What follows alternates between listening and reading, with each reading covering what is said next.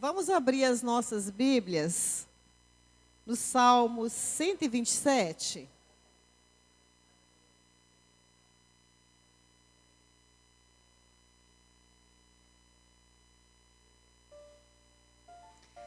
Salmos 127. Amém? Segurança, prosperidade e fecundidade vem de Deus só. Se o Senhor não edificar a casa, em vão trabalham os que edificam. Se o Senhor não guardar a cidade, em vão vigia a sentinela. Inútil vos será levantar de madrugada, repousar tarde, comer o pão de dores, pois assim dá ele aos seus amados o sono. Eis que os filhos são herança do Senhor, e o fruto do ventre o seu galardão. Como flechas na mão do valente, assim são os filhos da mocidade. Bem-aventurado o homem que enche deles a sua aljava. Não serão confundidos quando falarem com seus inimigos à porta. Amém? Este salmo, ele fala de proteção, de prosperidade que o Senhor tem com a nossa casa. Quando a palavra fala edificar, é uma construção. A gente não constrói uma família sozinha. A nossa família ela é feita de diálogo, ela é feita de amor. Temos problemas no dia a dia, temos as nossas dificuldades, mas a palavra edificar, ela vem de construir com o Senhor a nossa família. Sozinha a gente não vai conseguir nada mesmo. Em vão, nós vamos guardar a nossa casa, a nossa sentinela. Se os guardas não guardar a cidade. E quando a gente fala de casa, que vamos entrar na campanha da família, como é sério, hoje em dia, educar até uma criança pequenininha. Se não contarmos com o Senhor Jesus, se Ele não estivermos no dia a dia, ao nosso lado, em vão vai ser realmente o nosso esforço. É o Senhor que sustenta a nossa casa. Vamos fazer uma oração? Vamos pedir ao Senhor para abençoar a nossa família, os nossos filhos, a nossa casa, a nossa igreja. Amém? Senhor, nesta manhã, nós te louvamos, te agradecemos, ó Pai, pela noite que o Senhor nos sustentou. A Tua palavra diz que o Senhor sustenta o nosso sono enquanto dormimos. O Senhor nos guarda, o Senhor edifica a nossa casa. É o Senhor, ó Pai, que toma conta de todas as coisas. Pai, como é bom confiar no Senhor, mesmo que as circunstâncias dizem não. Mesmo que as coisas ao nosso redor estão dizendo não, mas o Senhor diz sim. O Senhor é conosco, Ele nos protege todos os momentos. Eu te entrego, ó Pai, essas famílias. Entrego, Pai, essa escola dominical nas Tuas mãos. Fala conosco nesta manhã, Pai, em nome de Jesus. Amém? Quero convidar você que pode se colocar de pé para nós adorarmos ao Senhor. Porque Ele é grande e Ele tem feito maravilhas na nossa vida. Amém? Você tem motivos para agradecer ao Senhor? Amém. Só de estarmos aqui é um privilégio. Eu quero te convidar em uma só voz para nós adorarmos aquele que é grande, que é digno. Aleluia. Queremos o Teu nome engrandecer e agradecer-te por Tua obra em nossas vidas. Confiamos em Teu infinito amor, pois só Tu és o Deus eterno sobre toda a terra e céu. Grande é o Senhor e muito digno de louvor. na cidade do nosso.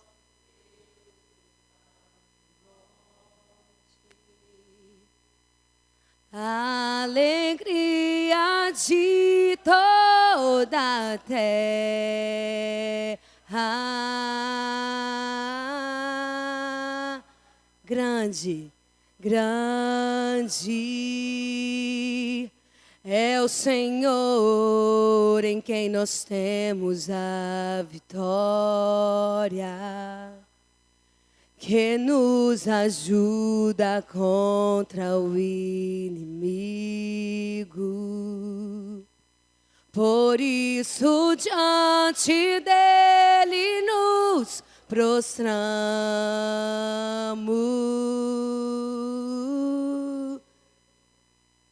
Queremos o teu nome engrandecer e agradecer-te.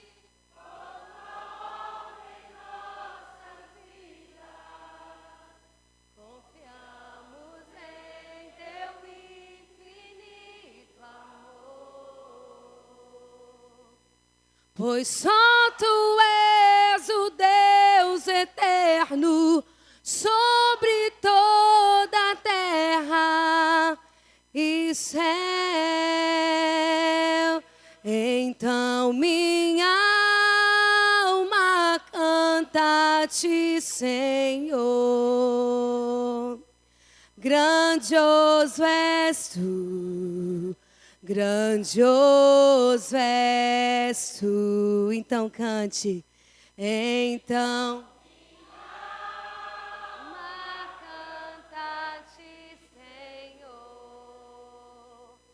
grandioso és tu, grandioso és tu. Então minha alma canta-te, Senhor. Grandioso és tu, grandioso és tu. Então minha alma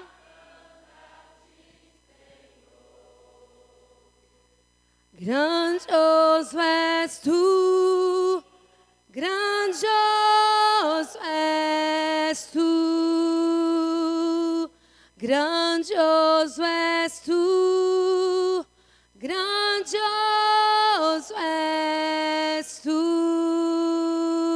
Aleluia, aplauda o Senhor.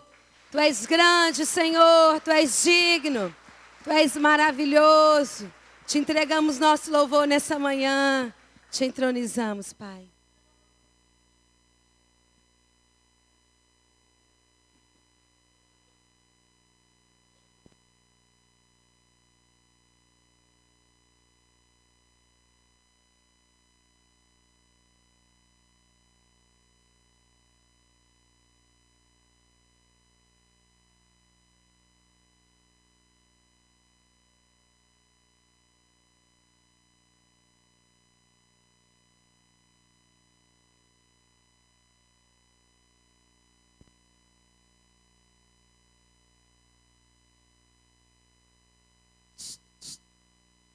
Som. Bom dia, irmãos, a paz do Senhor. Então, hoje nós vamos estar trabalhando esse tema, como enfrentar os desafios desse século, dando enfoque para a escola, os ensinos que os nossos filhos recebem, principalmente na escola, mas também em outros meios.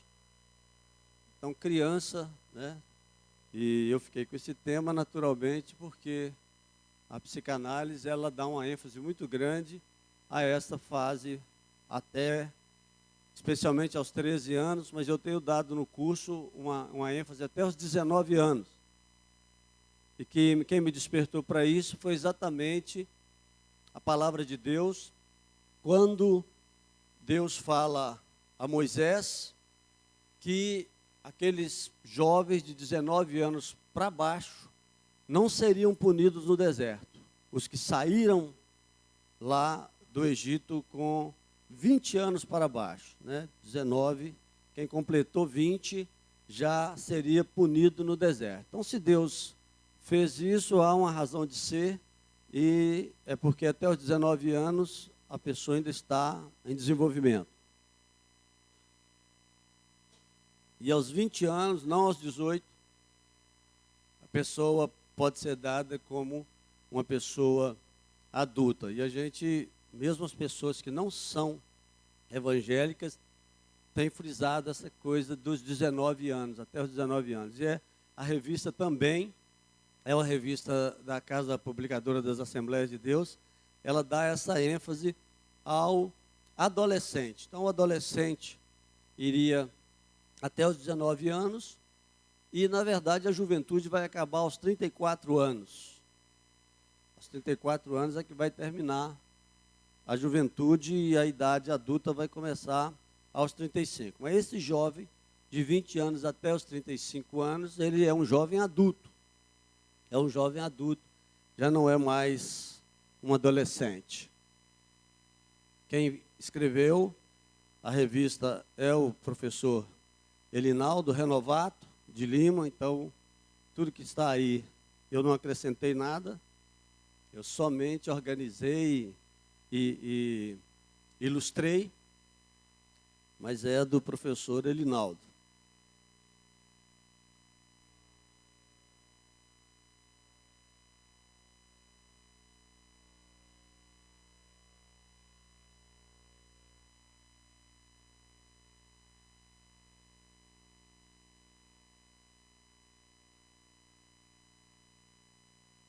Então, nosso texto áureo é lâmpada para os meus pés, é a tua palavra e luz para o meu caminho. Continua sendo assim, e nós vamos nos guiar por essa palavra durante o tempo todo. A Bíblia há de ser a lâmpada. Nós, como bons crentes, deveríamos ler a Bíblia uma vez por ano. E não é difícil. Se a igreja só fizesse isso, e mais nada, lesse a Bíblia no sentido de intelectual, de crescimento espiritual e intelectual, já seria ótimo. Você vai ler 2 páginas da Bíblia por dia. A verdade é que nós perdemos muito tempo. Aí nós vamos poder falar para o filho, falar para o neto, falar para o sobrinho, falar para as pessoas, para o vizinho, através da palavra de Deus, né? E se você ler uma folha da Bíblia, você vai ler em 2 anos, que é uma outra proposta. Ah, mas eu não consigo, não consegue ler uma folha da Bíblia, que é a espada do Espírito, que é o que você vai usar na sua conversa, no seu ensino para o seu filho e para tudo isso.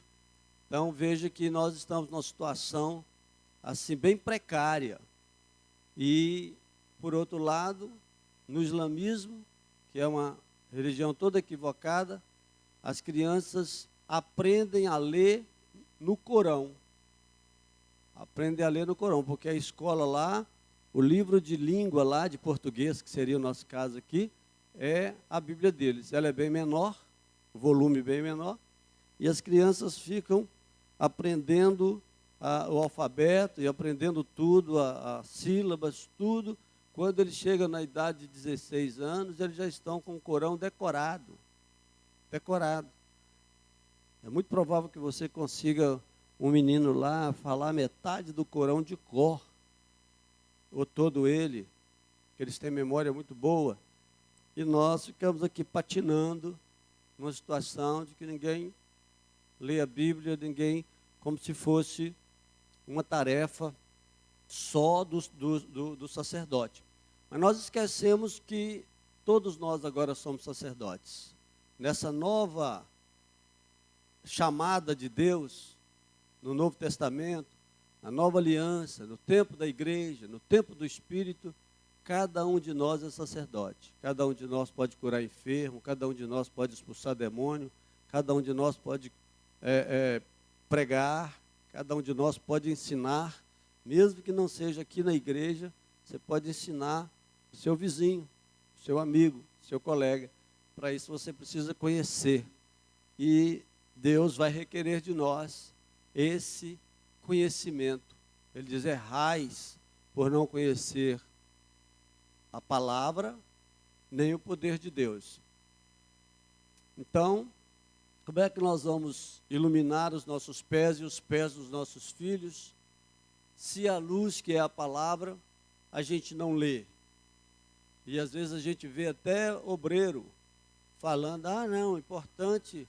Já ouvi 2 grandes obreiros falando isso. Importante é você decorar um versículo por dia, é mais importante do que ler a palavra toda. É a mesma coisa de você pegar uma receita de bolo e decorar só assim: 3 xícaras de trigo. Decora 3 xícaras de trigo e vai fazer o bolo. Né? Depois o resto você põe qualquer coisa que você quiser. É isso que a gente faz normalmente. Então, já ouvi 2 pessoas grandes falando isso. O importante é estudar um livro só, até esgotar. O importante é você decorar um versículo. Não, o importante é a palavra de Deus. A palavra de Deus é toda. Toda a Escritura é divinamente inspirada e apta para ensinar. Então, nós precisamos de tomar uma decisão a respeito disso e falar aos nossos filhos. Né? Eu dou graças a Deus que naturalmente não é verdade, mas quando perguntavam, um dia chegaram lá na igreja que eu era, da qual eu era antes de vir para cá, perguntaram assim: qual pastor que prega melhor? E eu não era pastor, nunca fui pastor na verdade, né? Era um pastor local. O pastor fulano ou o pastor ciclano? Aí os meus 3 filhos falaram, depois deles que me contou: quem prega melhor aqui é meu pai. Porque para o filho, o pai sempre vai pregar melhor. Né?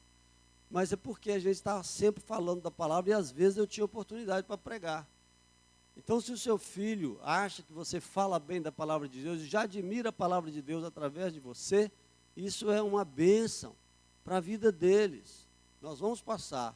Então, nós precisamos combater tudo que vamos falar aqui, mas com esse conhecimento. Se nós voltarmos aqui, eu acho mais à frente vai aparecer esse menininho aí de novo. Os nossos filhos estão assim. Tem um celular, tem um notebook, ou como é que chama aquele outro menorzinho? O tablet. Né? O meu neto sabe nem conversar ainda, mas ele tem um tablet. Né? Então tem um tablet, tem chega lá, ele está assistindo, ouvindo música de robô com o ouvidinho tampado. Aí já não escuta quando eu chego lá e grito: tem menino aí nessa casa? Já está tudo tampado, a mãe dele tem que ir lá destampar o ouvido dele para ele ouvir, por causa da tecnologia. Então as crianças estão ouvindo coisas boas e ruins nas escolas. Aqui é dinheiro, né? Aprendendo que ganhar dinheiro é a melhor coisa que existe, que a pessoa tem que ter uma vida boa, tem que viver prazer nessa terra, e etc. Então, hedonismo e materialismo, e assim por diante. E eles vão sendo levados dessa forma, e eles pedem para a gente o brinquedo, e a gente não sabe negar. A gente não, porque eu sei, eu só dou carrinho mecânico, só. Com trator sem pilha, sem nada, não faz barulho nenhum. Ele vai ter que fazer o barulho com a boca, não é? Aí ele faz o barulho do trator, aprende a fazer, igual a gente fazia antigamente. Eles estão ficando desinteligentes. Carrinho de andar, eu mesmo fiz uma Ferrari para eles, eu pintei com tinta vermelho Ferrari, um carrinho de corrida de madeira, daqueles que a gente fazia de rolimã, eu fiz com roda de supermercado. E a gente vai numa serrinha que tem lá perto de casa, na frente da casa de um outro tio, e desce o morro. O freio é um pedaço de pau parafusado, a gente puxa, né? Se pegar, pegou. Se não pegar, rola para o chão afora, mas já está perto do chão. Então, o carrinho é baixinho, perto do chão. Para tentar resgatar aquela coisa que a pessoa pensa. Nós não queremos pensar por nós mesmos, nós estamos delegando para os outros pensar para nós. Mas, quando nós delegamos para pessoas que estão ensinando errado, é uma coisa muito ruim. A verdade prática é essa. A educação materialista praticada nas escolas seculares somente poderá ser desmascarada pelo Evangelho de Cristo Jesus, o único meio de se educar verdadeiramente o ser humano. Então, palavras como não violência,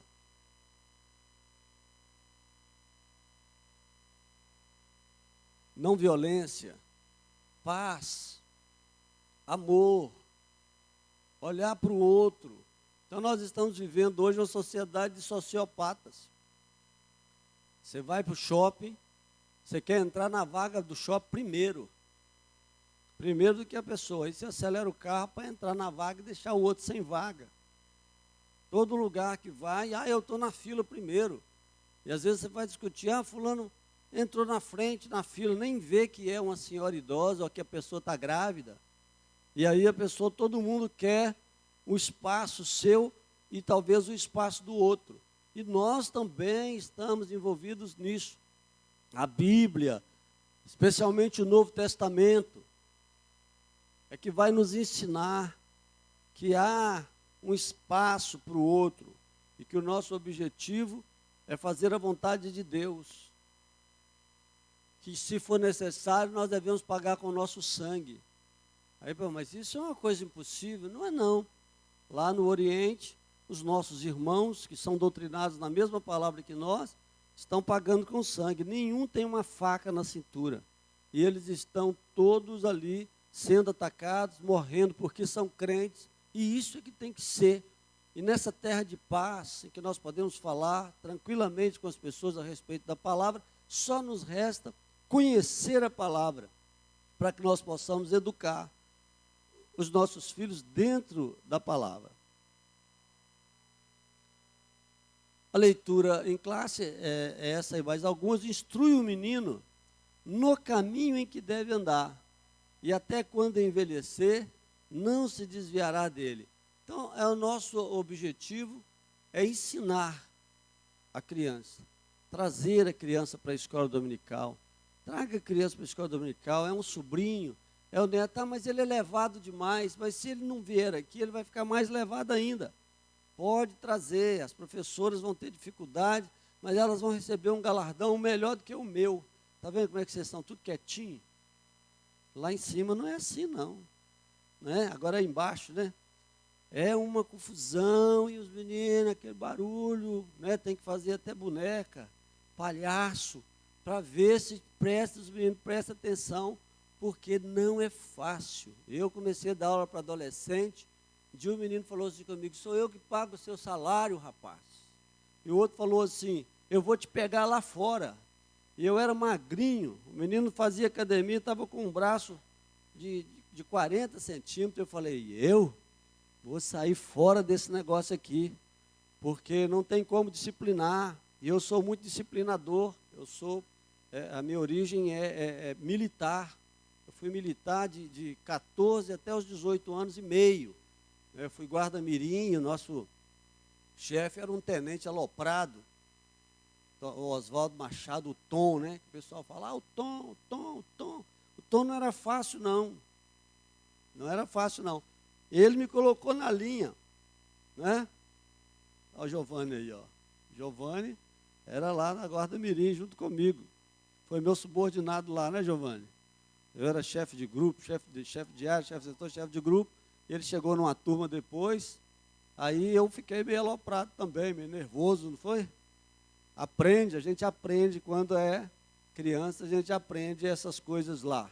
Mas crescemos, eu me tornei uma pessoa paciente, o Giovanni, por exemplo, já chegou lá paciente. Então ele deve ter saído mais paciente ainda, porque não era fácil. Então, instrui o menino no caminho que deve andar, quando ele envelhecer, não desviará dele. Tem um lugar que diz assim, que você deve ensinar deitado, assentando, levantando, andando pelo caminho. Tem que recuperar esse tempo que o menino fica longe de você na escola, você não sabe o que está escutando.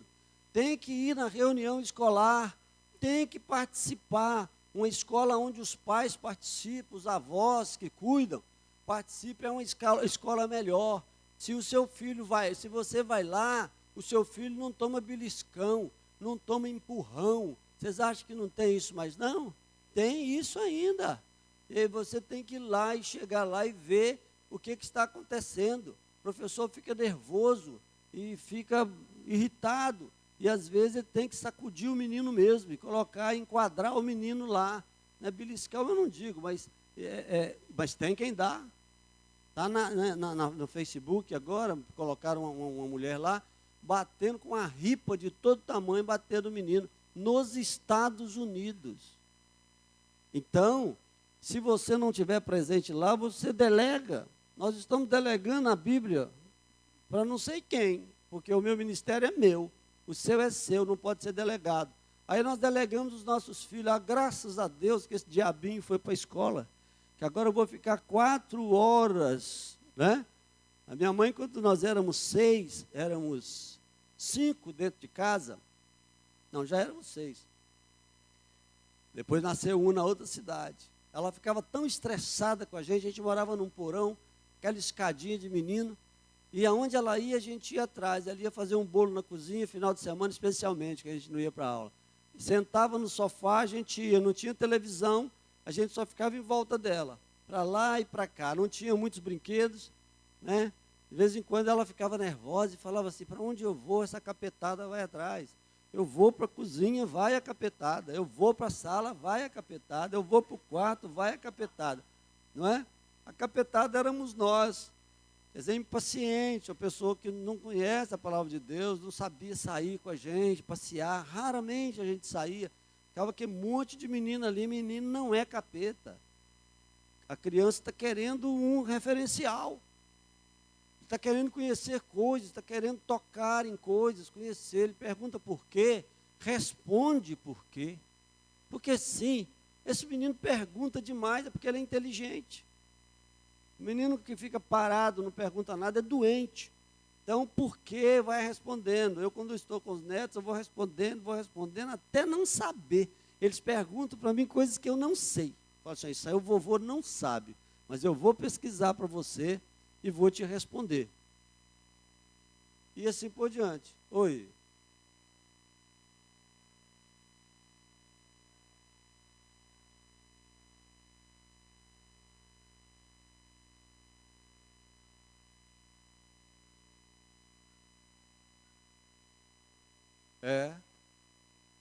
Não quer o filho em casa. Não quer o filho em casa. Por que ele não quer o filho em casa? Porque nós vivemos numa época do hedonismo. A pessoa quer ficar na dele, mas aí não tem dinheiro para sair, fica deitado vendo a televisão, né? O pai quer ficar lá tomando a cervejinha dele, a mãe já está dentro de casa problemática, ou às vezes vai também. Eles não querem saber do filho. Eu não sei para que tem um filho, e muitos estão tomando a decisão de não ter, e é a melhor coisa que faça. Porque muitas crianças são salvas pela creche. Se você colocar no YouTube menina cachorro, você vai ver uma menina que foi salva pelos cachorros, que os pais eram bêbados e colocou ela para viver com o cachorro. Se tivesse com o pai sendo espancado, era muito pior. Ela ficou retardada mental, mas ela é afetiva, porque os cachorros têm afetividade. Ela não entendeu a língua dos cachorros, porque a gente não entende a língua de cachorro. Aliás, entendeu, porque ela late e anda de 4. Andou até 15 anos. E a melhor coisa, quando fala com ela, o que você mais gosta de fazer? Ela falou assim, correr de 4 e latir. Ela ficou de 3 até os 8 anos. É só colocar lá, saiu no Jornal Nacional, e um menininho na África, que o pai matou a mãe perto dele, ele não suportou, fugiu para o meio do mato, né? E é chamado de menino macaco. Ele está lá e ele tem afetividade, é uma pessoa, do ponto de vista emocional, muito equilibrada. Ele perdeu intelectualidade, mas emocionalmente os macacos fizeram muito mais para ele do que aquele pai que matou a mãe perto dele. Então é isso que está acontecendo. Nós estamos chegando ao ponto, se você der um cachorro para cuidar do menino, o cachorro vai cuidar melhor do que os pais, às vezes. A pessoa tem um ódio. Eu tratei de uma menina, tentou suicídio 3 vezes. Os pais novos, todos os dois irritadiços, com a vida, com seus problemas. Quem é que tem problema? Criança tem problema da sua vida ruim? Melhora a sua vida. A criança não tem problema, culpa da sua vida ruim. Aí, aos 6 anos, minha mãe olhou, ela lembra disso para ela e falou assim: você é a desgraça da minha vida. Aos 15 anos, essa menina tentou suicídio a primeira vez, entrou na frente do carro do namorado que estava indo embora, que não queria ela mais. E todo homem que ela conhecia, ela se lançava aos braços dela. Eu fui pegar essa menina com 24 anos. Ela já tinha tentado suicídio 3 vezes. E nós conseguimos ressuscitar os sonhos dela. Ela está formando em direito. Esse ano.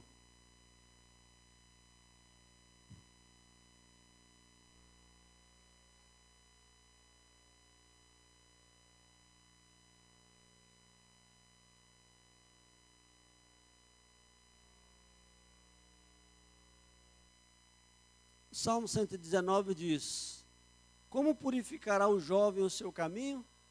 Observando conforme a tua palavra. De todo o meu coração te busquei. Não me deixe desviar dos teus mandamentos. Escondi a tua palavra no meu coração, para eu não pecar contra ti. Bendito és tu, ó Senhor, ensina-me os teus estatutos. O Salmo 119, ele fala, só tem 3 versículos que não fala da palavra de Deus. Então é muito importante você amar, você se emocionar com a palavra de Deus. Tem coisas maravilhosas que vão cair lá dentro do seu coração, mas para isso você precisa ler, você precisa de estar informado, né? Não é aquela coisa básica: meu filho não faz isso porque Deus não gosta. Não, conte as histórias da Bíblia para os seus filhos, as histórias tanto do Novo como do Velho Testamento. Diga para ele o significado das palavras, o que se deve obedecer, né, especialmente o ensino de Jesus. Mas conte as histórias do Antigo Testamento, de guerras. Fala com ele que isso já passou, que o povo de Deus não guerreia mais. Mas são contos de guerra, que mostram Deus atuando de uma maneira diferente no Antigo Testamento. E no Novo Testamento, quantas coisas que Jesus fez, e que você pode contar essas histórias para os seus filhos.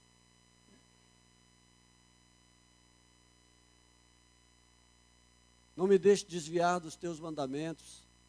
Escondi a tua palavra no meu coração. Como que eu vou esconder a palavra no meu coração?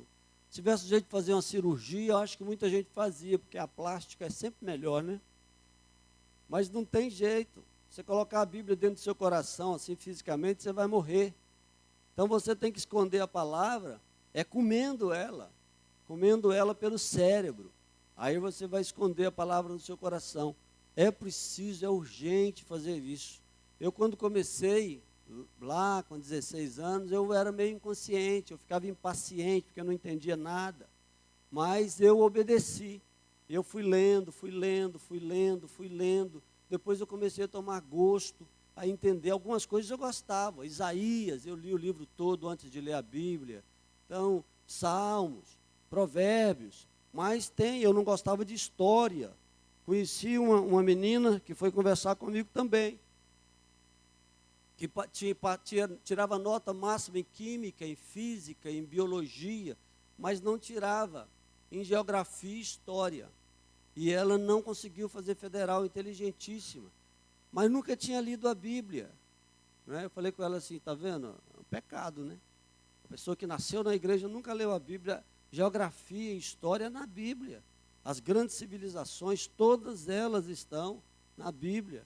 A Mesopotâmia, a Síria, lá, você vai estudar a Babilônia, a Grécia, Roma. Muitas informações são inclusive tiradas da Bíblia para os livros, porque a Bíblia é um livro histórico. Aí eu falei: olha, não tem como você... E a pessoa é tratada com um psicólogo desde pequenininha. Tinha um psicólogo que acompanhava. Eu falei: não tem jeito, existe uma defasagem aí. Você quer ficar mais 3 anos estudando para você passar na federal, você vai estudar só geografia, história e dar manutenção nas outras. Ou então, esqueça. Mas e o meu sonho da federal? O seu sonho hoje é um sonho impossível. Para esse ano, ela já tinha tomado uns 3 ou 4 bombas. Anos direto, fazendo em várias escolas. Quer dizer, fez 10, 15 testes. Eu falei: Agora você vai escolher, o pai ganhava muito bem, fazer a escola aqui pagando R$ 5.000 por mês, na época era 4.500, ou você vai parar 3 anos para estudar geografia e história. Então tudo que começa, irmãos, tem que começar cedo, tudo que é bom tem que começar cedo. Quer ser um pianista? Começa cedo. Quer conhecer a Bíblia? Começa o mais cedo possível. Então já começa com a criança, não fica reclamando. Reclama do pastor, reclama da escola, reclama de quem canta, reclama disso. A criança vai ver a igreja de uma maneira muito ruim. Você precisa de guardar, conversar menos conversas que não edificam, especialmente a criança. Na época dos meus pais, as crianças eram protegidas pela hipocrisia. Hoje não tem mais hipocrisia. Nós temos um músculo que funciona melhor no nosso corpo. Quase ninguém faz academia, mas o músculo da língua, ele é totalmente malhado. Porque a pessoa fala o que pode e o que não pode, o que deve e o que não deve. E aí nós vamos sofrendo e as crianças não são protegidas mais. Há pais hoje que têm relações perto dos filhos, que passam. Né, tem crianças aqui, eu não posso ficar falando assim com toda claridade, mas passa tudo que um casal de malucos deve passar e convida os filhos para assistir junto, porque eles precisam de aprender. E isso eles precisam de aprender, mas eles não precisam de aprender a palavra de Deus. É assim que nós estamos. Aí nós estamos construindo o quê? Em cima de quê? Escondi a tua palavra no meu coração para não pecar contra ti. Bendito és tu, Senhor. Ensina-me os teus estatutos. Então a revelação, né? Eu fiquei impressionado, eu preguei aqui domingo, quantas coisas Deus me revelou na hora que eu estava pregando.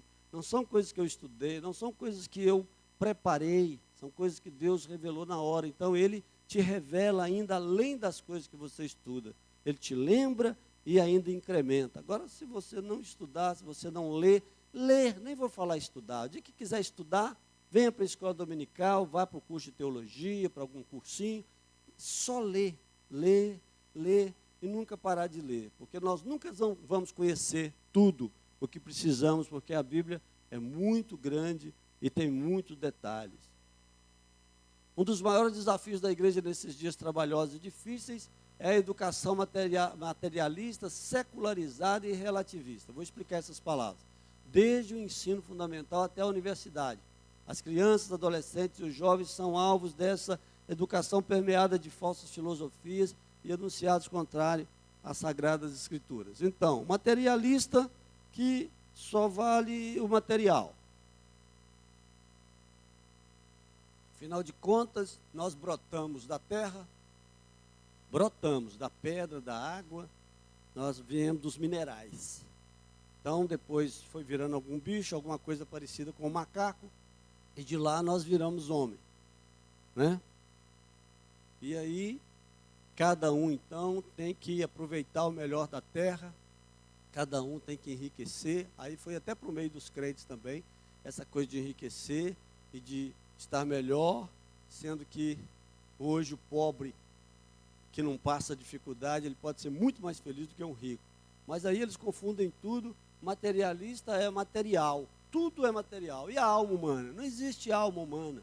E o espírito? Não existe espírito. Nós somos um monte de reações químicas, físicas e biológicas.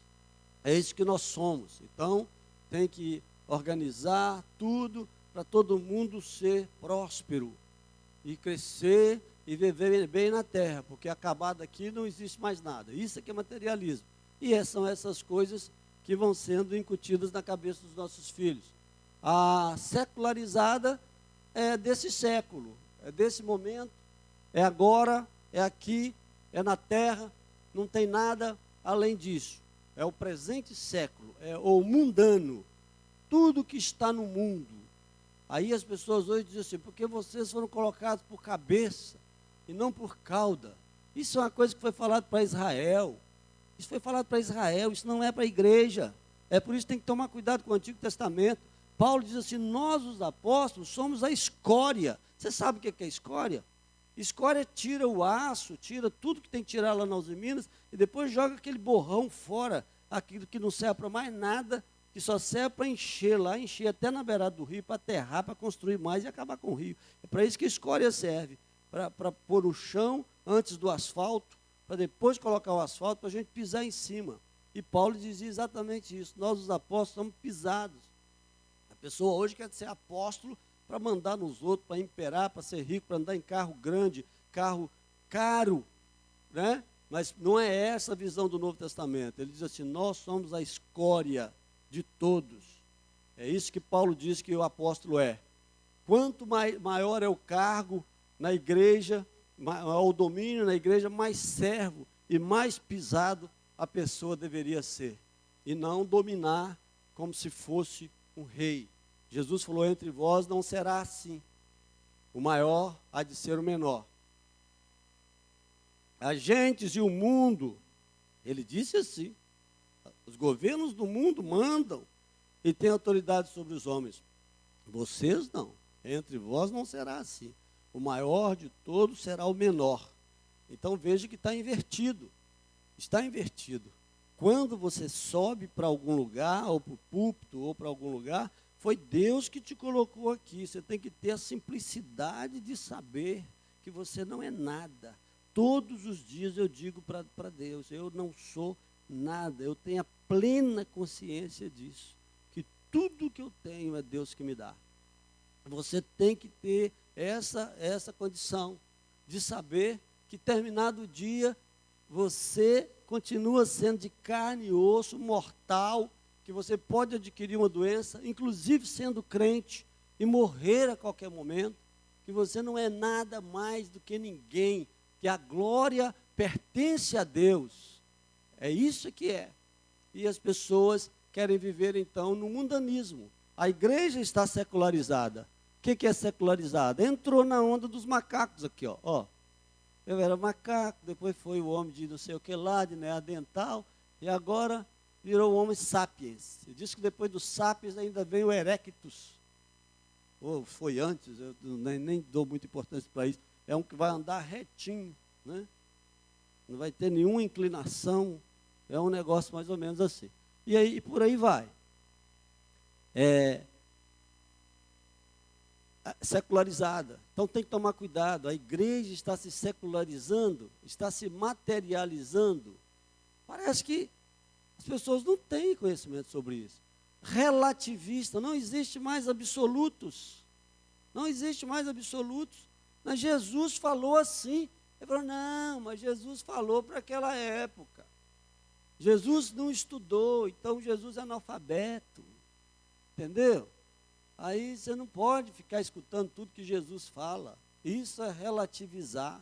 Você não pode escutar tudo que fulano fala, a mãe, o pai, não. Mãe da gente, pai da gente, é relativo. Tudo é relativo, não é? Aí fica tudo relativo. Você tem que casar um homem com uma mulher. Não, isso é relativo. Se disser assim, não. Pode ser de qualquer jeito que também fica bom. Não é? Então, isso se chama relativismo. E isso está sendo ensinado nas escolas. Né? Tanto faz você ser criado por um casal homem e mulher, um casal de homem com homem, um casal de mulher com mulher, ou de 3 mulheres juntas, ou 3 mulheres de 2 homens, ou 7 mulheres de 2 homens na mesma casa, e colocar os filhos ali para criar junto, é tudo relativo. Ou seja, os absolutos da palavra de Deus não existem mais. E não existem mais, muitas vezes, para crentes. Não existe mais absoluto. Tudo é relativo. Pode ser assim, pode ser assim. Deus é cheio de misericórdia. Uma pessoa falou comigo, no final ele vai salvar todo mundo. Mas esquece da justiça de Deus. E Paulo fala assim, considerai o amor de Deus, mas considerai também a sua severidade. Então, existe absoluto, existe uma verdade que Jesus veio falar a respeito dela. Pega só as palavras de Jesus, não quero ler mais nada. Compra aquela Bíblia que tem o vermelhinho, ou o azul, as palavras de Jesus. Lê só as palavras de Jesus e tenta seguir em cima para você ver.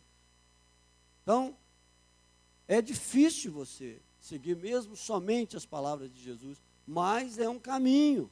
E nesse caminho ele vai te abençoando. Ninguém é perfeito, ele não espera que você seja perfeito. Ele espera que você tenha boa vontade.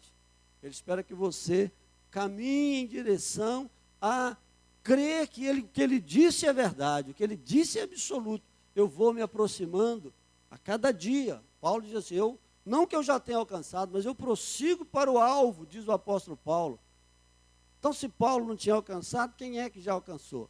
Ninguém alcançou. Nós somos alunos, somos discípulos, somos aprendizes. O ensino oficial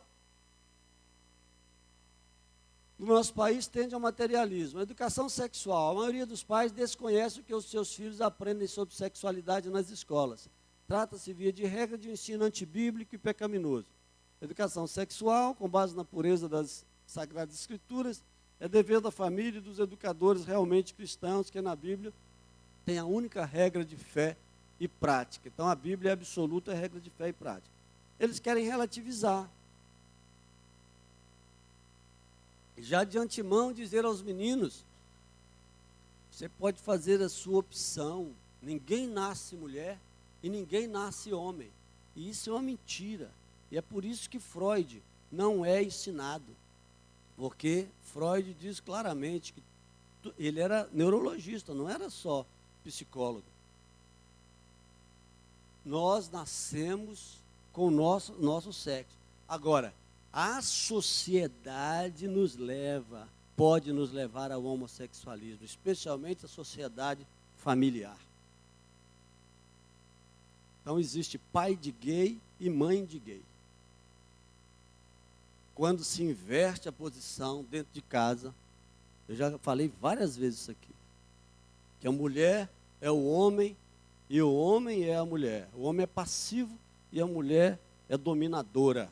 E isso está acontecendo demais, demais. Homens que já ficam em casa, a mulher que sai para trabalhar e que faz tudo e que manda, e o homem fica para lá e para cá, né? Ele não foi feito por Deus para isso, ele faz mal essa função, a mulher faz mal a função de dominador. E o que acontece? A cabeça dos filhos, normalmente pelo menos um, já existe família que tem dois, já existe família que as meninas viraram machos, os homens viraram fêmeas, assim. E vão viver uma vida desgraçada. É só perguntar para qualquer um deles. Eu tenho recebido vários no meu consultório. Uma vida em que a pessoa transforma um órgão excretor num órgão sexual totalmente inadaptado por causa do problema cultural. Então, a sua genética é 50%, os outros 50% é o que você recebe, o que você ouve, é o que você tem, especialmente dentro da sua casa, com seu pai, com a sua mãe, com seus irmãos, com as pessoas que estão ali perto. Tudo que, diga,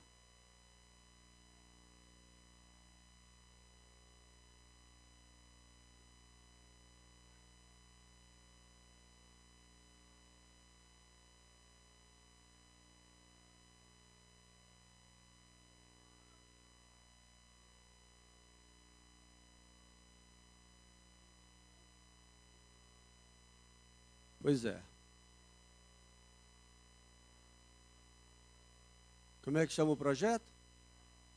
No Mais Educação. Ensina funk, as meninas estão dançando funk, as meninas crentes. E os meninos, está vendo a prova do que nós estamos falando? E os meninos estão dançando funk. E o pai? Alienado. O pai alienado. Eu mandei para o Mais Educação, fiquei livre daquela praga. E mandou para o Mais Educação. E aí, lá no Mais Educação, eles estão ensinando tudo. Já ouvi falar até de dinâmica em que os meninos, todo mundo se beija. Inclusive, menino beija menina e menina beija menina na boca. Então, tem que saber o que está acontecendo, que é para experimentar, para você se descobrir, para você se despertar, porque afinal, nós já surgimos aqui na terra da bosta do boi, né? Então, é assim.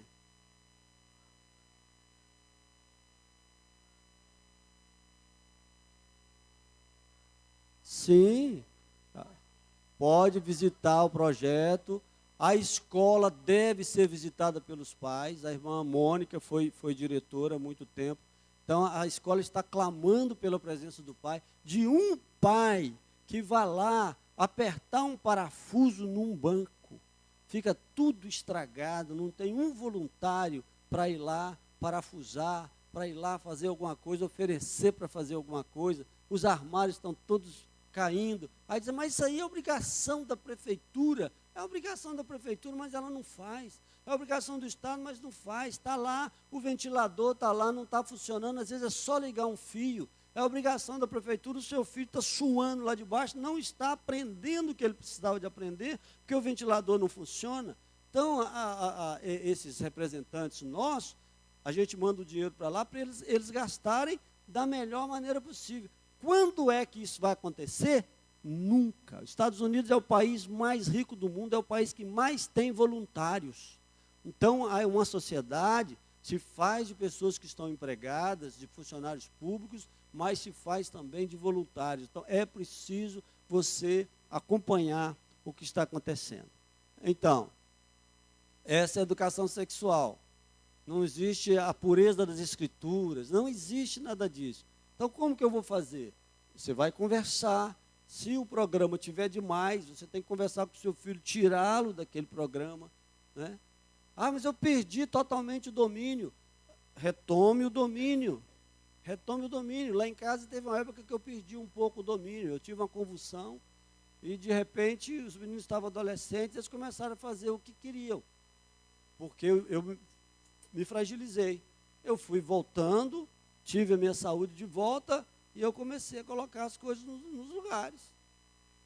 Né? Então, qualquer fragilidade sua, seja física, seja emocional, seja de conhecimento, seja do que for, os meninos já estão preparados por pessoas, pela atuação do diabo na sociedade, na família, para que saia daquilo que Deus quer, do plano que Deus quer. Você pode se fortalecer no Senhor. No demais, irmãos meus, fortalecei-vos no Senhor e na força do seu poder. Eu conheço uma senhora que tinha um menino irrecuperável para muita gente. Ela falava a primeira vez, fulano, vem aqui. Ele demorava e falava assim, vem aqui, menino, em nome de Jesus. Até hoje, ela fala em nome de Jesus com ele. Ele é um menino de 25 anos, está ajudando. Ela falou em nome de Jesus mais de 10 mil vezes com esse menino. Em nome de Jesus. Era uma mulher que orava todos os dias, 3 horas da tarde, uma profetisa, e usava o nome de Jesus para educar o filho dela. Um menino que parecia que era meio retardado. Desses meninos que apronta todos. O menino está do lado dela, está trabalhando, está morando com ela. Até hoje é o companheiro dela, que o marido também não ajudava. E por isso o menino era assim, já foi embora, já arrumou outra mulher mais nova. Então, é em nome de Jesus. Se no seu próprio nome não está adiantando, você começa a falar com o menino em nome de Jesus, porque o nome de Jesus é mais poderoso que o seu. A nova era nas escolas. A nova era é uma religião do anticristo. Esse movimento vem entrando sorrateiramente nas escolas, onde as crianças são levadas a praticar ritos pagãos, técnicas de relaxamento, que muitos males psicológicos, emocionais, espirituais causam aos nossos filhos, levando-nos a perder a capacidade de discernir o certo e o errado. Aí coloca uma música meio louca, assim, uma música que é lá do Oriente, aí faz relaxamento, se bobear, faz até massagem. Então tem que saber que tipo de coisa, o que está acontecendo. Nós estamos numa sessão de relaxamento. Vai lá saber, vai lá ver o que é, o que está acontecendo, o que não está acontecendo, o que eles falam lá, que tipo de música que coloca lá. Então é preciso de estar presente e levar, multiplicar isso, falar para o seu vizinho, para a sua vizinha, para irem para as escolas. Porque com o governo atual, tem muitas vantagens em coisa de ação social, mas é um governo ateísta. Então, eles têm muito dessas coisas, de artes, de não sei o quê, e de relativismo. E eles vão tentando incutir. Tem um tal de kit gay que quase passou aí, não é? Porventura não passou, porque foi exatamente a presidente que cortou de passar, mas tem muita gente ali infiltrada no governo querendo fazer valer esse tipo de coisa. Ensinar o menino como ser gay antes ele sendo um menino normal. De repente a pessoa vai até para fazer uma experiência para ver se dá certo, né? Porque está sendo tão propalado, tão ajudado. As crianças são alvos preferenciais da educação materialista. O ateísmo incutido na mente infantil. Quando o comunismo estava no auge, principalmente no leste europeu, sua doutrina era ensinada sistematicamente. Podia apagar aquela lâmpada ali? Tem jeito? Eu acho que ela está clareando aqui, esse amarelo. Pode deixar tudo apagado aqui na frente. Especialmente nas áreas de ciência e história, incutindo na mente das crianças a descrença em Deus por meio da falsa teoria do evolucionismo. Evolucionismo foi o que nós falamos. A ciência moderna está toda pautada no ensino em que nós não viemos de Deus. Nós viemos de uma explosão, de um raio que bateu num lugar chamado coacervado, e ali tinha muitas proteínas, e já existia uma condição de formar a primeira vida, que não era complexa, que era bem simples, mas isso aí também já caiu, mas continua ensinando, né? Um cientista cristão falou atualmente que não existe vida simples, toda vida é complexa. Qualquer vida que tem na Terra é muito mais complexa do que a complexidade do maior computador do mundo. Então não existe vida simples, tudo é muito complexo. Só Deus poderia ter feito o que está aí feito e posto, com tanta variedade. Então eles querem dizer que dessa explosão surgiu uma célula viva, e dessa célula surgiu o elefante, a maçã, a flor, o passarinho, e você, e todo mundo, de uma única explosão, de uma coisa simples, né? E o que nós vemos aqui na Terra, as coisas simples não viram coisas mais complicadas, as coisas complicadas vão se quebrando e se tornando coisas mais simples.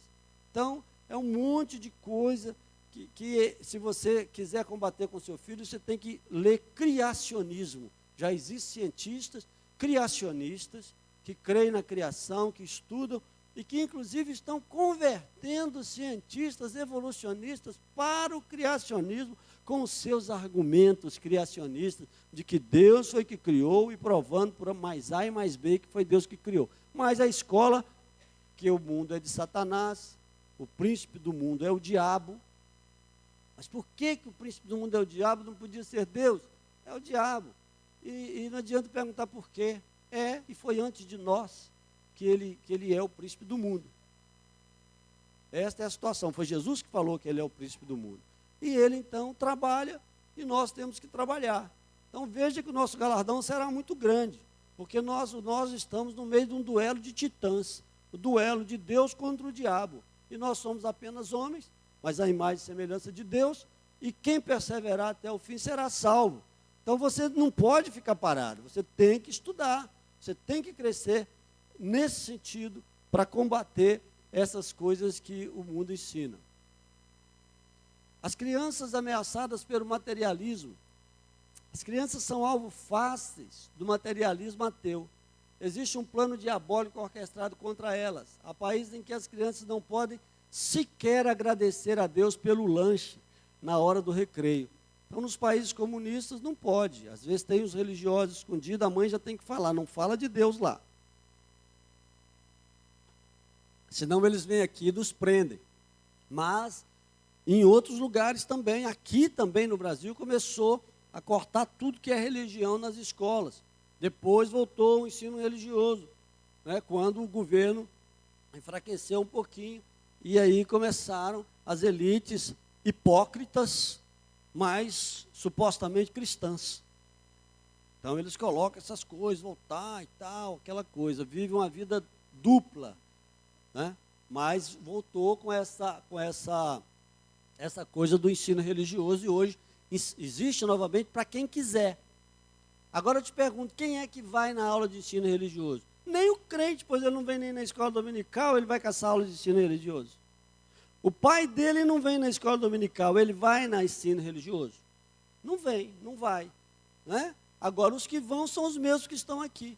Os pais, os filhos que ensinam, ele vai lá no ensino religioso para aprender um pouco mais sobre Deus. E mesmo a aula de ensino religioso, você deve pedir licença e entrar lá e sentar lá para ver o que está ensinando.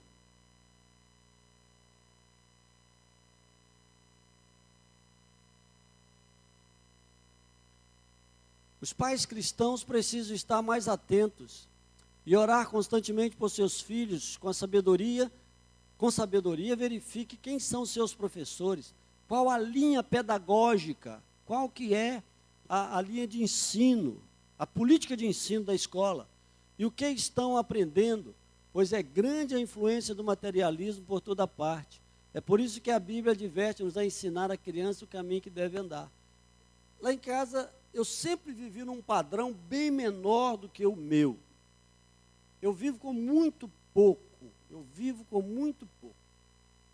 Se eu quisesse ter muito mais bens materiais, então a gente viajava, a gente gastava o dinheiro de outra forma, mas não fomos ajuntando, aglomerando bens. Eu tenho um filho que o sonho dele é ter uma Ferrari. Quem foi que colocou isso na cabeça desse menino? Ele aprendeu isso em algum lugar. Então ele aprendeu no materialismo. Ele se acha o último biscoito do pacote, né? Então, não foi em casa que ele aprendeu isso. Ele aprendeu fora, que tem que ser o melhor, que tem que ser novo, que o melhor é sempre para ele, etc. O caçula já tem síndrome de caçula. O caçula é meio assim, né? Que você fala, deixa para ele, que ele é pequenininho, então ele está sempre comendo o melhor bife. Ele está sempre, a gente mesmo ajuda um pouco nesse sentido, né? Deixa porque ele é pequeno, você já é grande. Aí o outro fica com a complexo de inferioridade, e o caçula acha que é o melhor. E outras coisas foram acontecendo, mas agora, com essa crise aí, Deus está dando uma boa lição nele, e ele é crente. Ele é um menino de Deus, andou muito comigo nas pregações. Uma vez eu estava pregando sobre o filho pródigo, em várias igrejas, eu preguei 10 vezes, ou mais, porque a mensagem ficou muito boa, e ele ia para passar o slide para mim, e às vezes nas pregações, ele gostava de andar comigo, o Apolo. E um dia ele falou assim, pai, você vai pregar sobre o quê? Eu falei, sobre o filho pródigo. Eu falei, não, então pode deixar que o meu vou pregar para você. Aí eu chamei ele para ir na pregação, eu estava lá no sofá, eu falei, Apolo, vamos comigo na pregação, então eu vou pregar sobre o filho pródigo, mas não era, né, outra mensagem. Aí ele só deu aquela risadinha assim, naturalmente, hoje está com 25 anos, aí eles acham que pode escolher a igreja que quiser, cada um foi para uma igreja, tá aí, tem um que está fundando uma igreja, aí junto com o cunhado dele, então deixa para lá, né? De vez em quando a gente dá um aconselhamento para eles. O que a Bíblia ensina sobre a educação das crianças? No Antigo Testamento, as crianças eram valorizadas, elas participavam do louvor a Deus ao lado dos adultos. No Salmo 148, os velhos, os rapazes, as donzelas e as crianças são exortados a louvar a Deus. As mulheres, já está dando 10:05, nós vamos ter que andar aqui. E as crianças são exortadas a louvar. As mulheres e os meninos alegravam-se durante os eventos sagrados. Então, às vezes até no jejum, era um jejum até meio-dia, as crianças também participavam. Aquelas festas, a família inteira. Vocês lembram que Jesus, aos 12 anos de idade, se perdeu no meio da multidão? Né? Ele não se perdeu, na verdade, ele se achou entre os sábios no templo. Mas era possível, todo mundo era primo. Era aquelas famílias enormes, aquela cidade onde todo mundo nasceu ali, todo mundo era da mesma tribo. Então havia uma confiança, e aqueles meninos iam correndo pela estrada, às vezes corriam à frente, às vezes estavam um pouco para trás, e eles faziam viagens longas, viagens de Cafarnaum a Jerusalém, deve ter 150 quilômetros aproximadamente, e eles andavam a pé, né, para chegar. Eles tinham um preconceito com cavalos, porque Deus tinha falado com eles para não mexer com cavalo.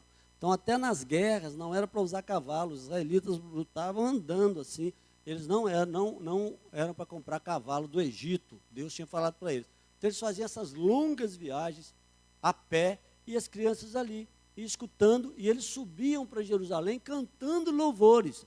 Tem uma sequência de salmos, que agora eu não me lembro qual é, que era um inário que eles subiam cantando para as festas a Jerusalém. Então, esse ambiente fazia muito bem para as crianças. Às vezes, os adultos desviavam e a próxima geração, o rei, por exemplo, filho de um rei mau, se tornava um rei bom. E, às vezes, o filho de um rei bom se tornava um rei mau. Havia essa possibilidade de escolha, porque a palavra era muito ensinada para as crianças no Antigo Testamento. No Novo Testamento, as crianças foram apresentadas como exemplo. Jesus foi extremamente cuidadoso com as crianças. Certa vez, o mestre indignou-se e repreendeu seus discípulos por afastarem as crianças e asseverou-lhes: deixai vir a mim os pequeninos, e não os impeçais, porque dos tais é o reino de Deus. Então, na época de Jesus, eles tinham esse cuidado quase que inconsciente com as crianças, porque por causa das viagens e tudo, mas a criança era um pouco apartada em alguns momentos, né?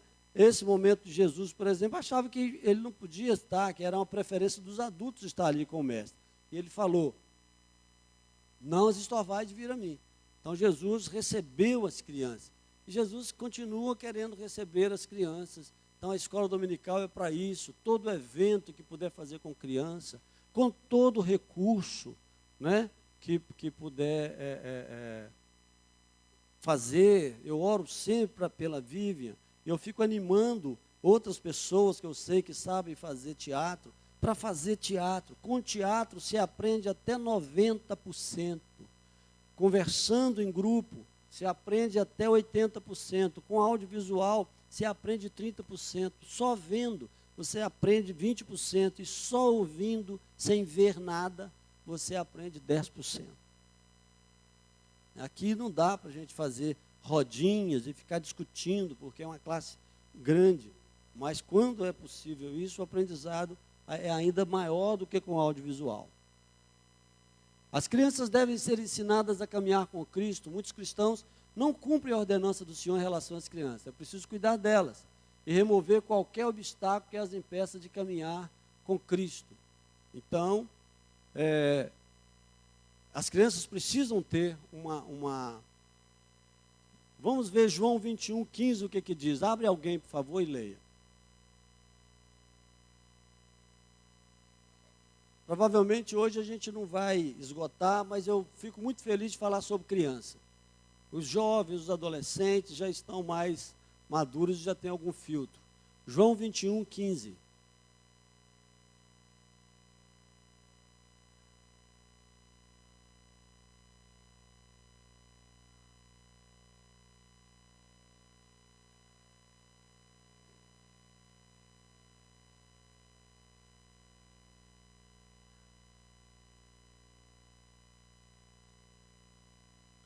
Isso. Quando fala cordeiro, é a ovelha até 1 ano de idade. Então Jesus falou com ele para cuidar das ovelhas, mas falou para cuidar dos cordeirinhos, dos cordeiros, ou seja, das crianças, não somente dos adultos. A adolescência é a idade que vai do final da infância, a infância termina aos 13 anos, até a juventude. Né? A juventude começa aos 20 anos. A maior parte dos crentes que se desviam do Evangelho estão exatamente na adolescência. O maior número de crentes. E que entra também. É um momento que eu chamo de hiperego.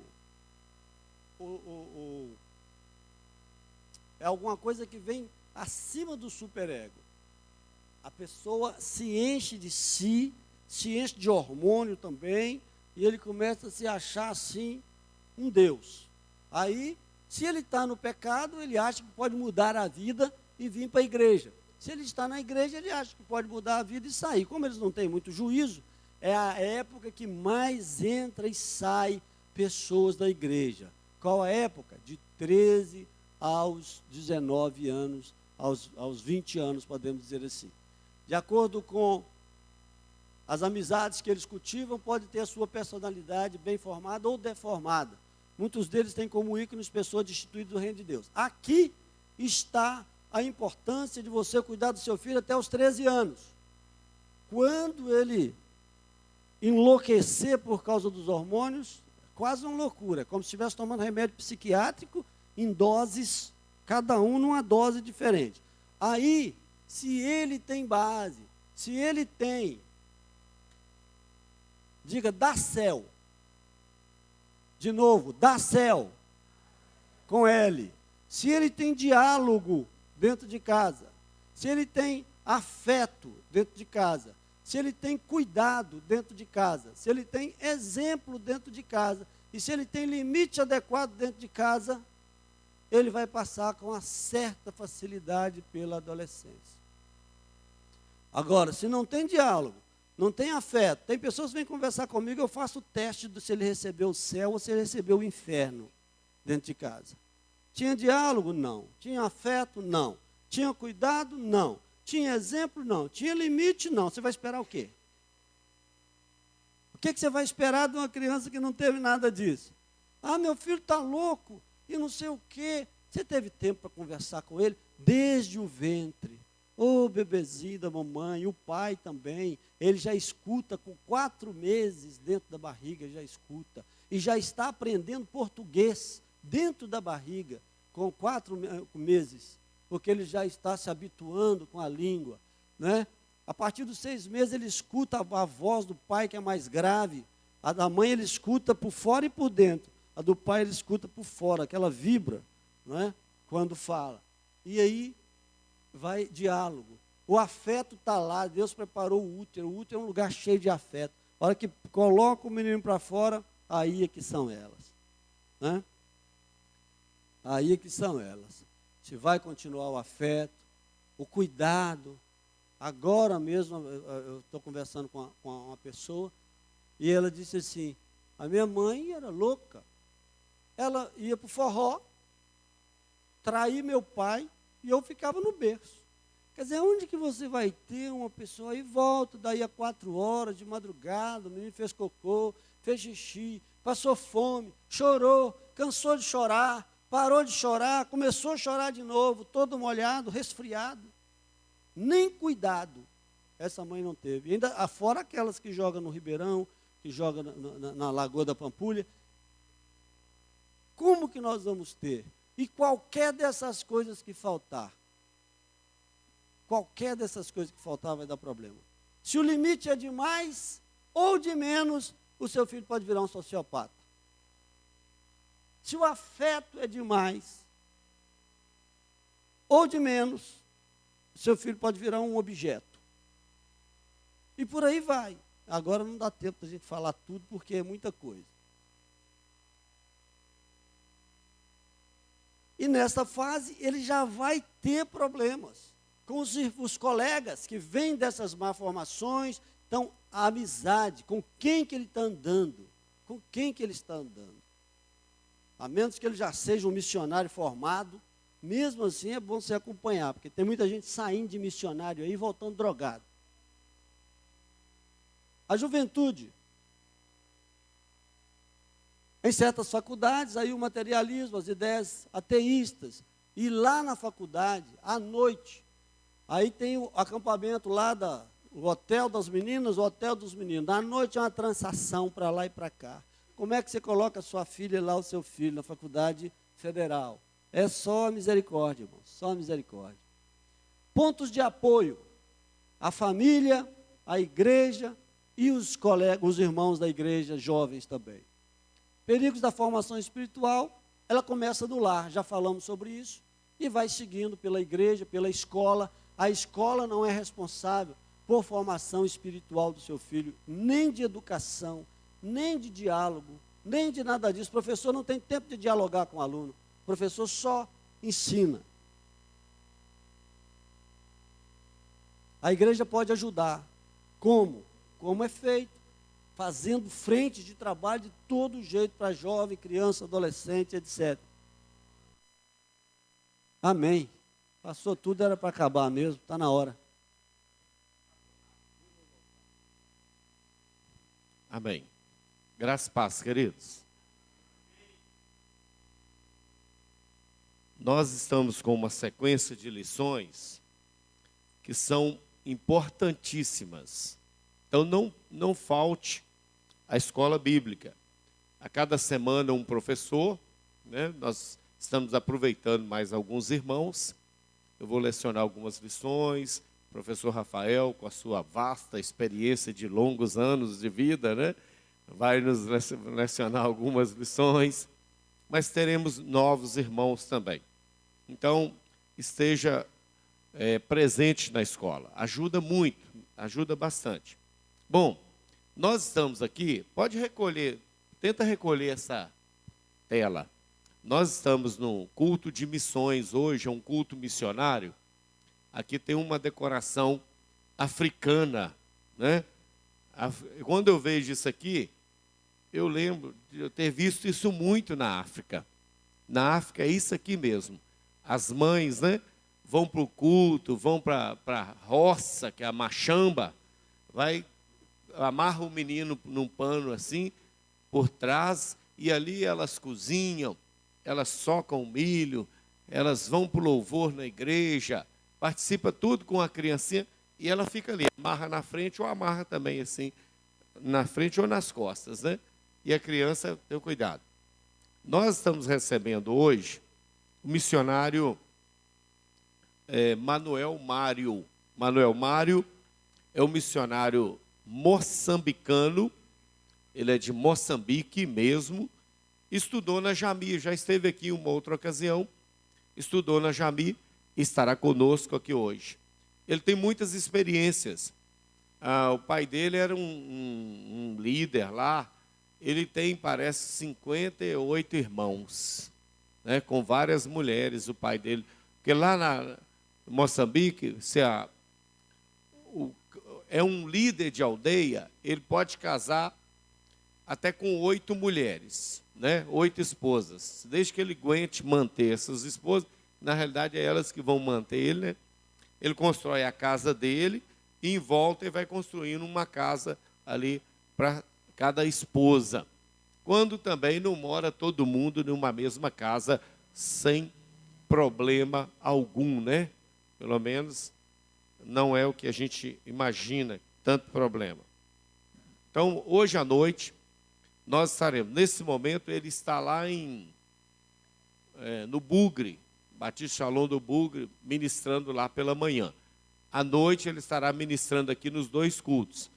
Lembrando aos irmãos que você que ainda não tem o seu alvo missionário para este ano, olha, você que não tem o seu alvo missionário para este ano, estabeleça um alvo na sua vida. Estabeleça. Pastor, nós estamos em crise, não sei o que e tal. Irmãos, há muitos anos atrás, eu tenho estabelecido um alvo missionário na minha vida, um alvo que me custe. Porque o missionário já dá a vida dele. Nós não podemos dar a vida, nós vamos dar uma oferta. Sabe? Então, estabeleça um alvo. Nós temos um alvo para a igreja local aqui, para a sede esse ano, de R$150 mil para a gente mandar para a missão. Mas e o seu alvo pessoal? É quanto? É quanto? Sabe? Nós não estamos em uma fase boa. Pastor, nós estamos em dificuldade. Sim, mas faça uma promessa de fé missionária, uma promessa de fé. Eu tenho feito isso há vários anos. Eu faço aquele compromisso com Deus e Deus tem suprido a minha vida. Sabe de uma coisa? Quanto que você poderia ofertar ao Senhor esse ano? Devido às dificuldades, se eu fosse olhar as pretensões e as dificuldades, eu diria assim, Deus, eu vou ofertar ao Senhor esse ano R$100, o ano inteiro. Não. Mas eu quero dar algo que me custe. Passou uma fichinha ali de proposta de fé missionária. Eu não sei quanto você colocou. Mas eu vou te falar, não para me engrandecer. Eu vou te falar porque há muitos anos eu tenho feito essa promessa de fé e Deus tem me honrado. Sabe quanto que eu vou dar de oferta missionária esse ano para o Senhor? R$10 mil. Vou dar R$10 mil. Pastor, só tem esse dinheiro? Eu não tenho ainda. Eu vou ter que sacrificar para mim dar essa oferta missionária ao Senhor. Eu tenho que me sacrificar. O missionário dá a vida. Eu dou uma oferta, oração, participação. Então, querido, se você não aprende a ter fé e ofertar com fé ao Senhor, você não vai ter experiências maravilhosas na presença de Deus. Quer ter uma experiência com Deus, de Deus te suprir? tenha também uma boa semeadura. Tem pessoas que não semeiam. Eu não tenho dificuldade, a igreja me abençoa com um salário especial que é o 13º. Sabia que tem mais de 15 anos que todo o meu 13º e mais alguma coisa eu oferto para missões? Tem mais de 15 anos isso? E eu estou dizendo isso não para me vangloriar, mas para te ensinar que você pode. E sabe que no fim do ano, tem gente que chega no fim do ano, está morrendo de dívida, está custando chegar a esperar o 13º para ele abater um pouco de dívida. Eu chego ao fim do ano sabendo que eu não preciso de 13º e eu não estou devendo, porque Deus está me sustentando. Ah, pastor, então o pastor ganha muito. Vai ter muita gente que vai assim, então o pastor está rico. Não, eu conheço muitas pessoas que ganham um salário mínimo e empresta dinheiro para quem ganha 10. Conhece? Conheço muita gente que ganha um salário mínimo e empresta dinheiro para quem ganha 4, 5, 6 salários, 10 salários. Porque tem o cuidado de Deus, tem a fidelidade do Senhor. Então nós precisamos ficar atentos. Primeira coisa que eu quero que você seja, dizimista fiel. Seja um dizimista comprometido para o bem da sua vida, querido. Não é para mim, não. Eu já estou sendo abençoado, porque eu sou dizimista fiel há mais de 26 anos. Para o bem da sua vida. Para o bem da sua vida. Para que você cresça, para que você experimente a medida do Senhor, que é recalcada, sacudida, transbordante. É fé, é experimentar a fidelidade de Deus. A pessoa tem medo de semear em Deus. Nós precisamos ficar atentos a isso. Oferta missionária é fé, irmão, é fé. É fé.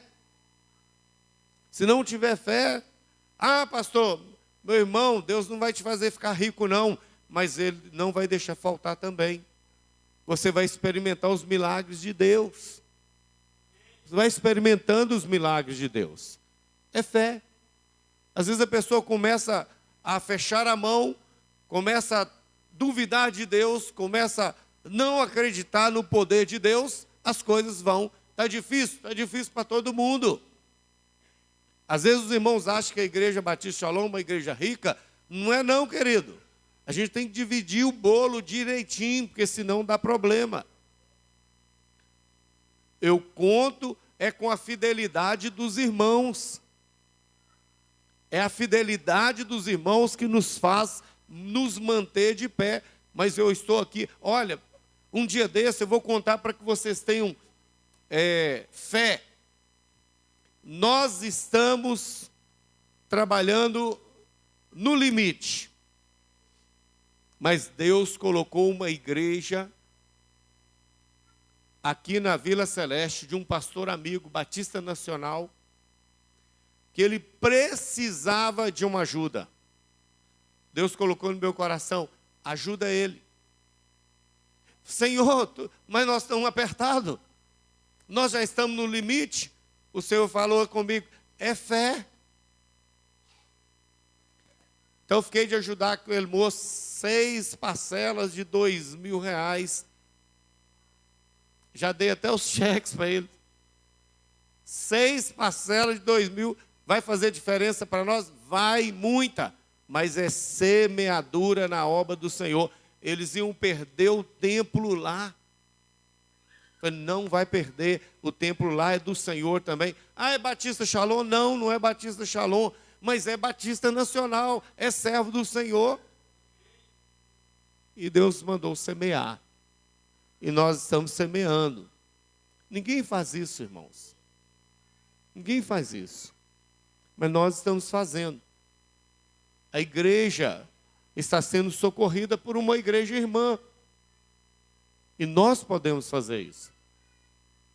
Deus vem nos suprindo quando nós fazemos para a obra. E aí a gente tem que socorrer um, socorrer outro, socorrer outro. Meu irmão, Se você for fiel, você vai experimentar a abundância do Senhor. Se você for infiel, você não vai experimentar o cuidado de Deus. Amém? Bom, nós vamos começar a campanha amanhã. A campanha de oração são 40 dias. Nós compramos 200 livrinhos desses. São 40 dias de oração. Eu pretendo, só se eu não puder estar aqui, mas eu pretendo estar aqui nos 40 dias de manhã, de 7 a 8 da manhã, todos os 40 dias, com os irmãos na campanha, de 7 a 8 da manhã. Nós vamos orar pelas famílias. Nós vamos clamar pela igreja perseguida. Nós vamos orar pela família Shalom, principalmente pela sua casa. Então, durante 40 dias nós vamos clamar, de 7 a 8 da manhã. Durante 7 semanas nós vamos orar. Aqui está, depois eu tiro o banner. A campanha de oração pela família começou quinta-feira passada agora, com uma palavra excelente do nosso irmão Zé Carlos, evangelista. Os irmãos não envolvem, não participam. Se a família não participa, se a família não está presente, se a família não paga um preço, como Deus vai agir nessa família? Irmãos, não tem jeito. Pastor, eu gostaria muito de ter uma família abençoada. Então venha para a oração. Venha pagar um preço. Pastor, eu gostaria muito de receber um milagre. Venha clamar ao Senhor. Nós estaremos aqui. Se você não puder comprar o livro é R$10 e é uma oferta missionária. Aqui nesse livro tem 40 devocionais que você vai usar todos os dias. Pode ser pela manhã ou pela noite. Todos os dias você vai usar um devocional para pedir ao Senhor, para que Deus fale com você. Esse livro é do pastor Edson Queiroz, um pastor batista brasileiro, que tem anos de experiência no ministério com a família e com missão. Deus está colocando o pão, o alimento na sua mão, na sua mesa. Reúna a sua família, converse com sua família, pegue o livro, leia, medite, veja o que você está fazendo ou não, né?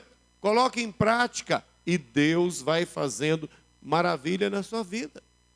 O que eu vejo muitas vezes é que os irmãos, muitos irmãos, não estou dizendo os irmãos que estão aqui, mas muitos irmãos estão acomodados com este mundo secularista.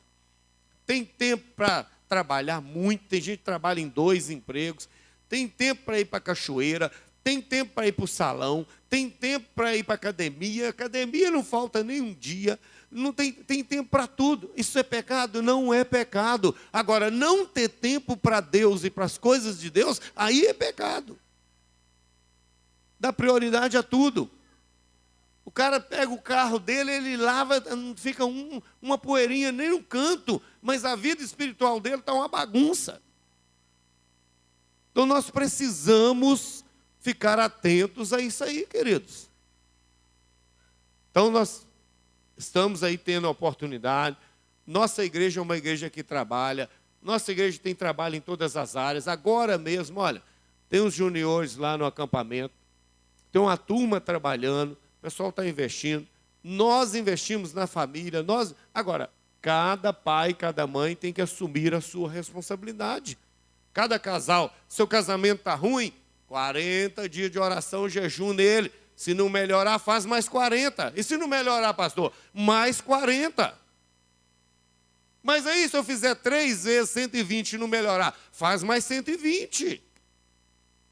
Até melhorar, ué. E aí você vai ver o poder de Deus agindo na sua vida. Muda.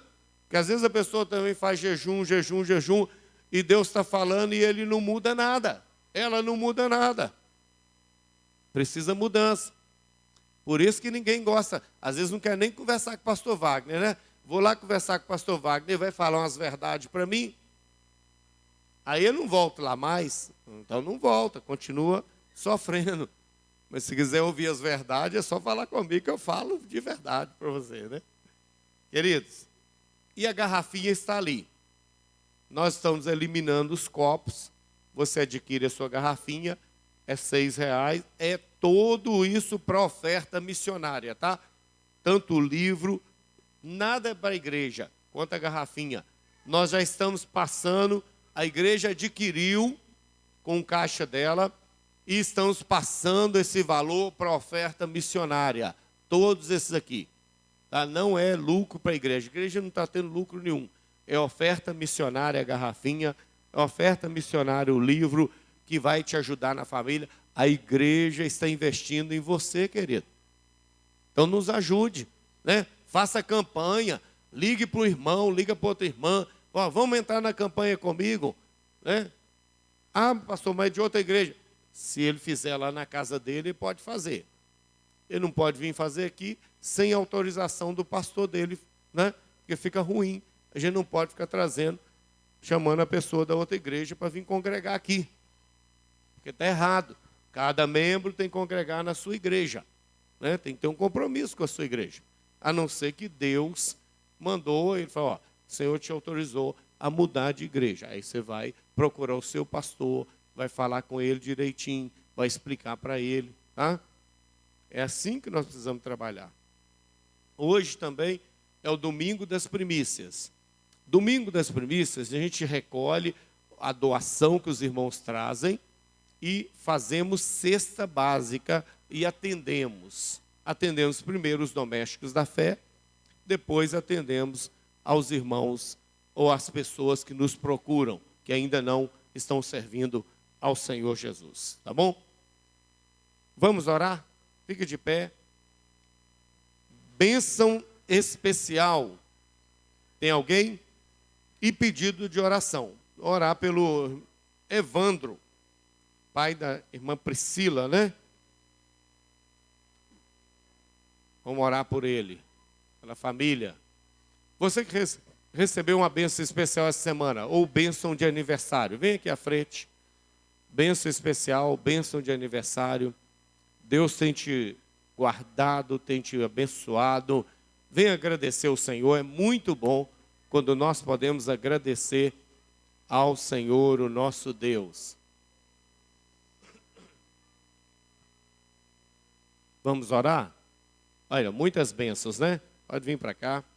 Então, irmão Jorge, né? Ah, irmão Jorge, vai fazer quanto? 85, olha. Pique de um menino, né? Eu não chego nisso tudo, não. 85 anos, né? E o cabelinho tá branco, mas tá aí, ó, tá firme. É, irmão Jorge? Graças a Deus. Vamos orar? Muito obrigado, Deus. Louvamos o teu nome. O Senhor verdadeiramente tem sido um Deus de bênçãos, um Deus de cuidado. Muito obrigado por esse momento. Muito obrigado, Deus, por tantas bênçãos que o Senhor tem derramado aqui, essas vidas que estão aqui à frente. Sustenta, Senhor, essa vida na tua presença e que haja mesmo um espírito de gratidão nesses corações. Muito obrigado pelos aniversariantes, muito obrigado pelos livramentos, muito obrigado pela tua provisão. O Senhor tem sido bom e fiel conosco. Sustenta-nos, oramos por essas pessoas que pediram uma oração especial, pela vida do Evandro, pela vida da família, dos irmãos que clamaram, que a mão do Senhor esteja sobre nós. Dá-nos um dia na tua presença de paz. É a nossa oração com gratidão, em nome de Jesus. Amém. Deus abençoe. Ali atrás está o boletim mudando a roupagem. A mensagem do pastor Elcimar, tá? Está ali atrás. Leve o boletim para você ler e depois passe para alguém, né? Ler também, não só você. Doe para alguém ler. Deus abençoe a sua vida.